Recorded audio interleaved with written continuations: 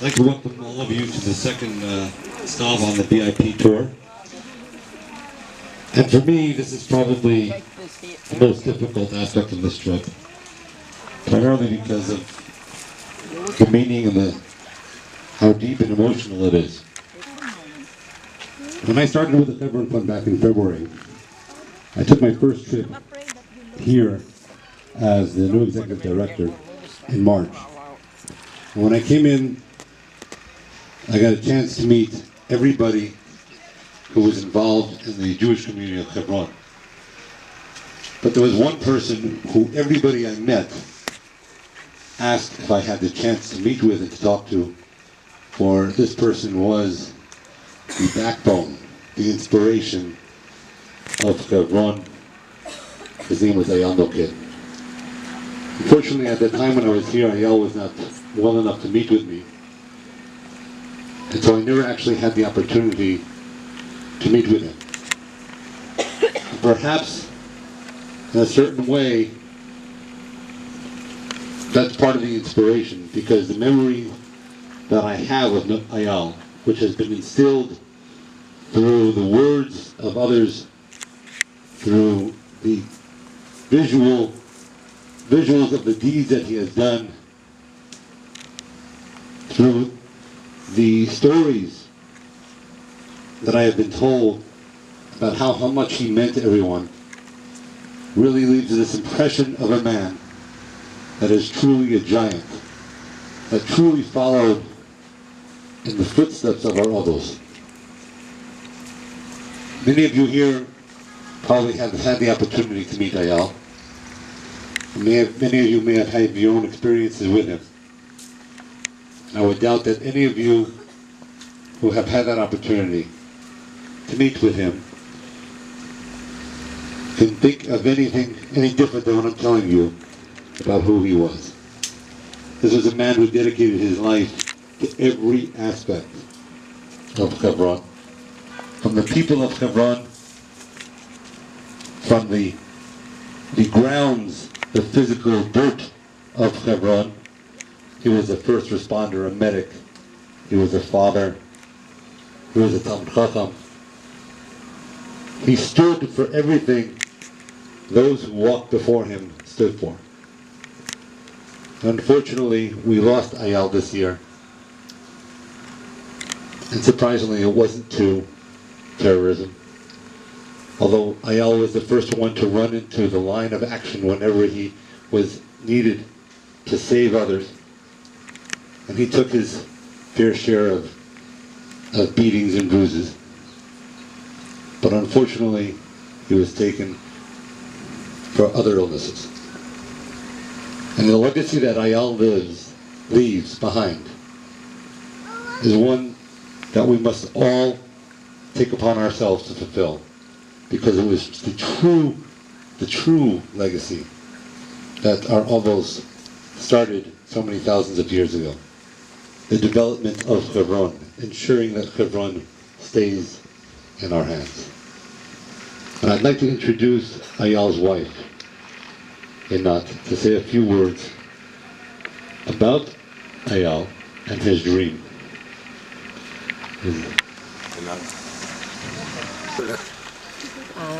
You'll have to do it. אוקיי, בסדר. שלום לכולם. אני מדי ישראלית בשביל לדבר אנגלית, אז אמא של אייל תתרגמו.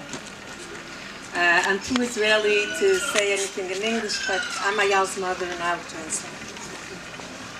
אז קודם כל תודה שבאתם, חג שמח. מאוד מאוד מוזר לעשות אזכרה לאייל, כי הוא היה כל כך אדם חי, ובטח בחג סוכות, שזה היה החג שלו, שהוא היה כל כך קשור לסוכה, והוא לא רצה לצאת ממנה, הוא רק היה מוכן לצאת בשביל ללכת למערה, לעזור למישהו שצריך עזרה, כי הוא היה פרמדיק. והוא כל הזמן היה רוצה רק לחזור לסוכה שלו, הוא היה אדם שהיה מחובר למה שהוא עושה, זאת אומרת, סוכה בשבילו, הוא הרגיש את הסוכה, כל דבר אצלו היה חי.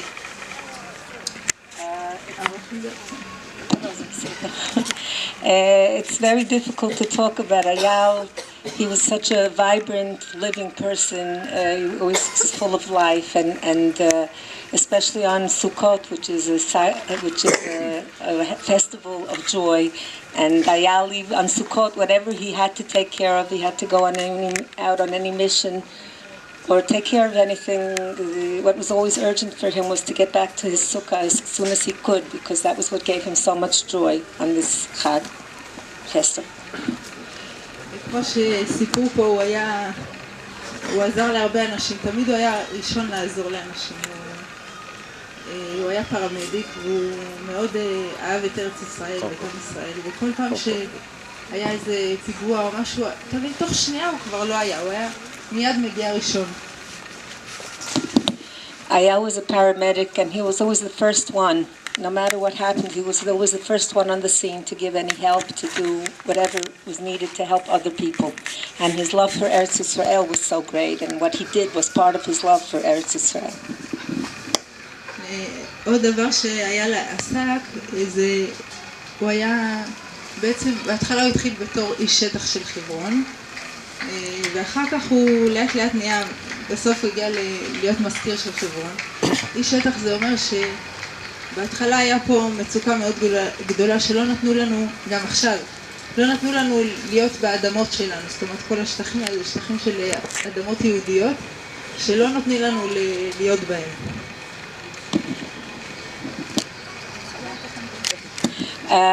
One of the Ayal's biggest missions was to reclaim the land, the land that we're on here, the land of the Jews, each piece of the land here, because the land that we're standing on right now always belonged to the Jews, and it was necessary to reclaim this land, and it had to be done with a lot of devotion and a lot of clear thinking.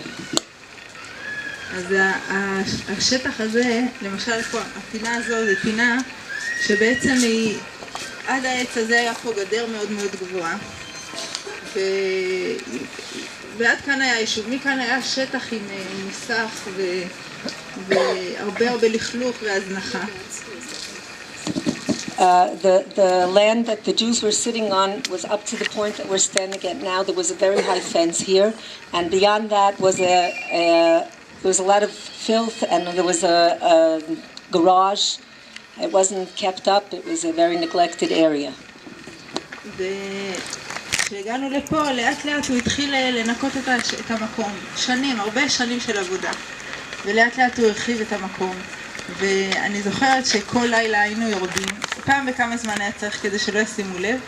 והוא היה הופך את האדמה של המוסך הזה. הכל היה גריז, שטח מאוד גבוה. הוא היה הופך את האדמה. ושם על זה פס של דשא. The reclaiming of this piece of land that we're standing on now was very Sisyphean. It was done very slowly over the course of many years, bit by bit, literally bit by bit. Ayal would come down in the middle of the night sometimes, and it was full of grease here, and he would take a little piece and clear away the land and put a little piece of grass. And then he would take another piece another night, or maybe a week or two later, and again clear up the grease and put down a little bit of grass. ואז הגנן של חברון היה אודי דודי, אם אתם מכירים את הזמר, והוא אמר, רק הדשא של חברון של אייל נוקד יכול לגדול על גריז. There is a very well-known singer here called Udi Davidi, and he was in charge of the upkeep here in Hebron at the time. And he said, only the grass of Ayal Noked can grow on grease in Hebron. Only he can do that. עוד דבר אחד שרציתי לספר, כל ליל שבת שאנחנו הולכים למערה, מאז שאייל נפטר, אני הולכת אחרת למערת המכפלה, כי כל פינה פה בחברון זה אייל. כל מיני העצים פה, כל מיני פינות שזה נראה כאילו כבר נורמלי שזה חלק מחברון, אבל שום דבר פה, כל פינה פה זה מסירות נפש. אז מי שבא הוא לא רואה, אבל מי שמסתכל שנים אחורה ורואה איך לאט לאט נהיה פה יפה ויהודי, כל פינה פה זה ממש בדמים. ואייל היה עושה את זה, ואף אחד לא יודע גם, כי הוא היה אדם מאוד צנוע, והוא לא רצה שיראו, הוא פשוט עשה, בגלל שהוא היה מצד האמת, הוא היה אמיתי. There are a lot of little corners here in Hebron with some trees and some benches that Ayal cleaned up with a lot of dedication over the course of the years, very, very slowly. And Einat says that Friday night she used to always go to Ma'arat HaMachpelah, and since Ayal passed away, she goes differently because she looks at these corners and she thinks of what he did, all these little bits and pieces, cultivating Hebron and making it beautiful. And every corner is a part of Ayal, and he did it very quietly. He was very modest. He didn't look for any, he didn't want anyone to know. He just felt this is the truth and this is what needs to be done. זה חג שמח, תודה שאתם שותפים לנו. תודה. Thank you very much, and we appreciate that you joined us and you're sharing with us this event. Thank you. Thank you both. Those wonderful, inspiring words about Ayal. I'd like to ask Menachem Livni, my counterpart here in Hebron, to say a few words with dedication.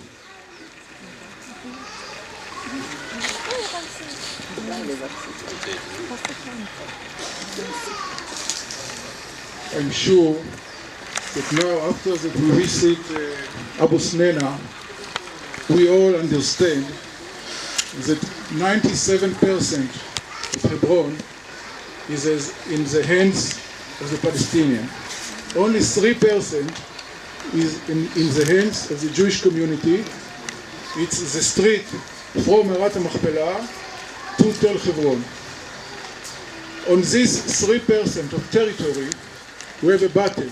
It's a war. It's not a war of bullets and bombs. It's a war of building and a war of propaganda. The community here is about 90 families, about 300 yeshiva pupils, very crowded, no empty place. The situation is that we are in a frozen situation, no permission to build, nothing. Ayal had a vision and a mission. The vision and the mission was to try to hold any empty place, to put a tree, to put grass, to put a stone, to hold any empty place in this territory. We fight against the Palestinians. They establish a company. This company collect funds and money, especially from the European Union, about hundreds of millions of euros. They renew, especially the old place in Hebron. They try to enter any empty place without permission, without documentation, against all this ergo an organization of the Palestinians. We have Ayal. Ayal stands against them. He knows how to act. He knows where to act. He knows where to put a tree, where to put a stone. We want to continue his mission and his vision, and to try, maybe together with you, to find the proper way how to fight against the Palestinians. They want to destroy the little community here, and how to enlarge the place where Jews can live, where children can play. So this is the mission, and this is the vision. I want to invite the father of Ayal, Yitzchak, to say a few words about Ayal Mokel. Thank you.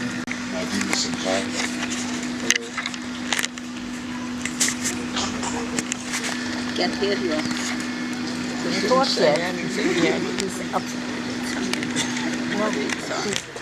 It's difficult.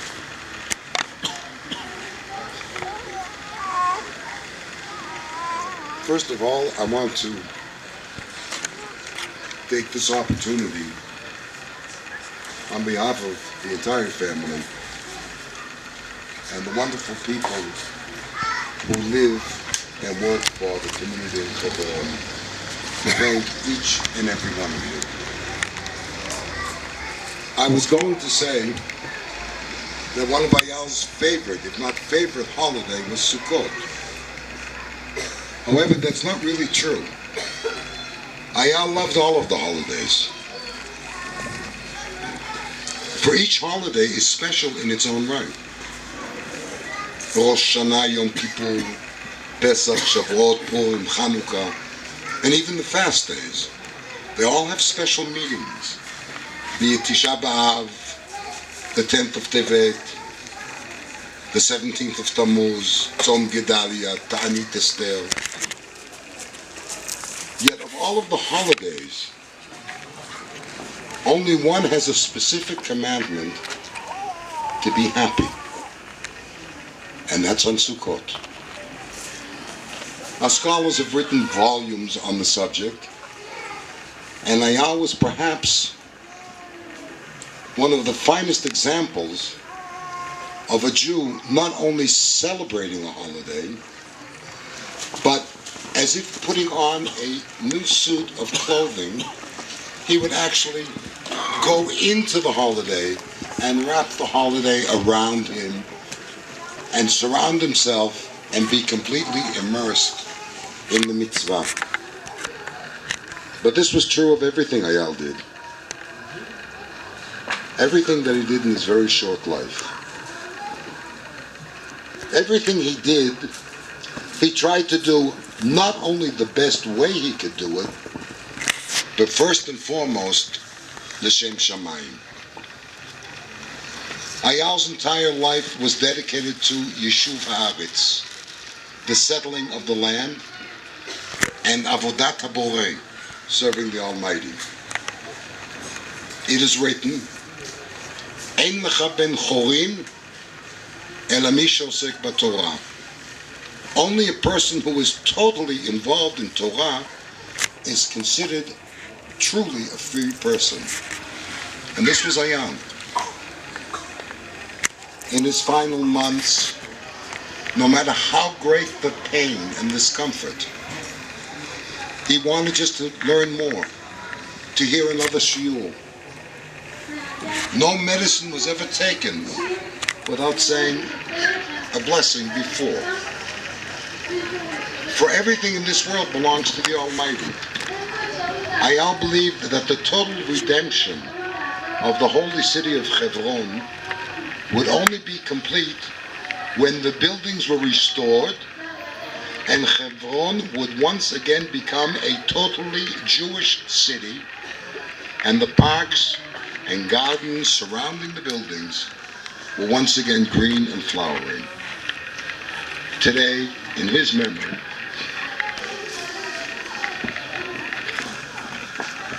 we are partners to this dream. Modim Simcha.